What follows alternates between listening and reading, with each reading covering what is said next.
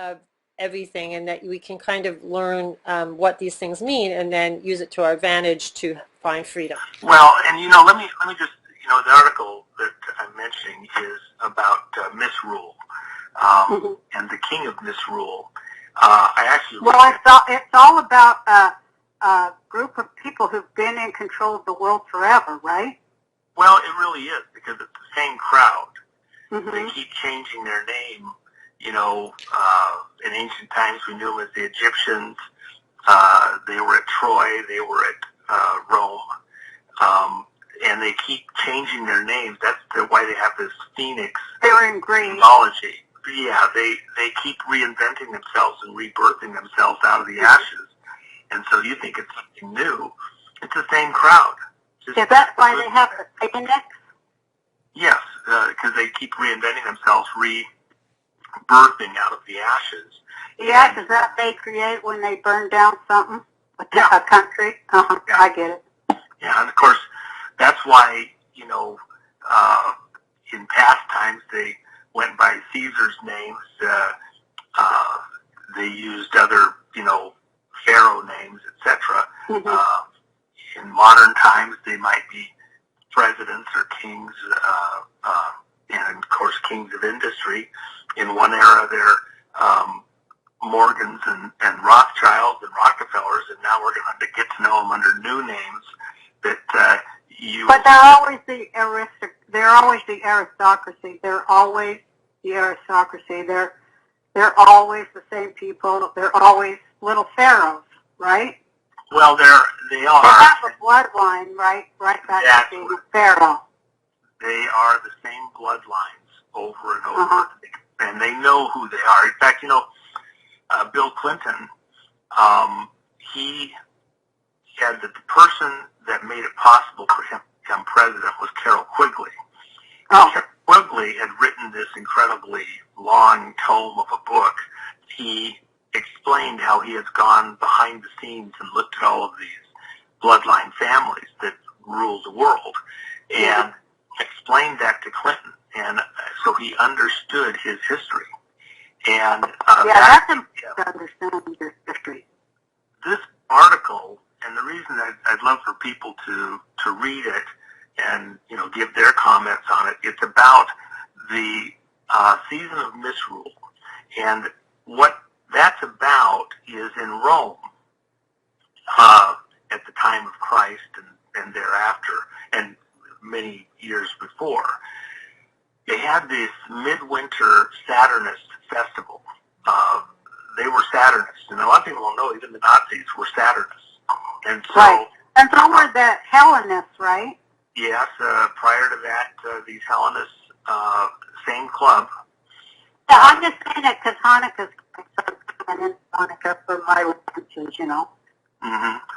The reason this is important is because in Rome, the most important holiday of the year was the Saturn Festival. In fact, to give an idea how important Saturn and the Saturn Festival was to the Romans, the Temple of Saturn was also the treasury of Rome. And so all the coins for Rome were printed in the treasury. And for Christians, for example, when there was a question brought to Christ about whether or not Christ paid the taxes to Rome. And Christ said, well, bring me one of the coins of the realm. And so they brought him a coin, and it had a picture of Caesar stamped on it. And Christ said, whose picture is this? And they said, well, it's Caesar's. And he said, well, give unto Caesar that which is Caesar's, and give unto God that which is God. This coin of the realm, this money of trade, this temple of Saturn was their religion. Go look at your dollar bill. Go look at your 20. Go look at your 100. What symbols are printed all over that money?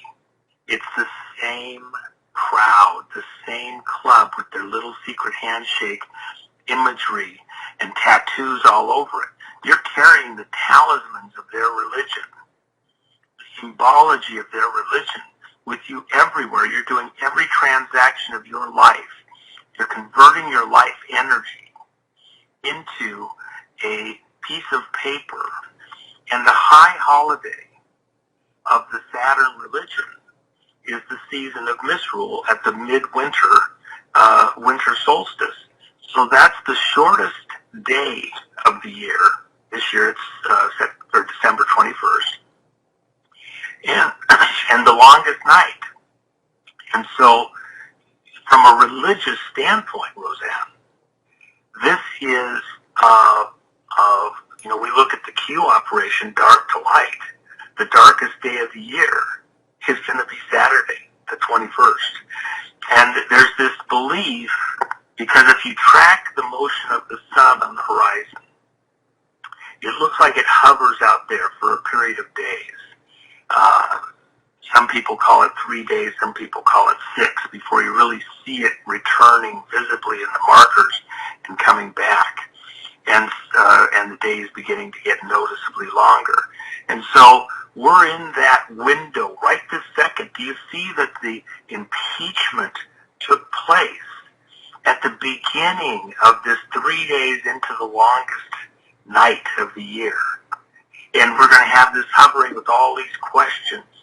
They're doing this ritual at this most holy time within the religion. Remember, Washington, D.C., every monument, every building, every street, all of the layout is dedicated to the Brotherhood of the Snake. It's all about this religion. And people don't realize that Washington, D.C. is a religion, the way it's practiced, all of that governance. And it's the same religion that was there all the way back to Rome and before with the Saturnists, and all the way back to Egypt. And you see this repeating symbology over and over and over. And the most important festival to these Romans, to these Saturnists, is the season of misrule. Okay, so we've got William Moon focusing on the dates that I've been talking about.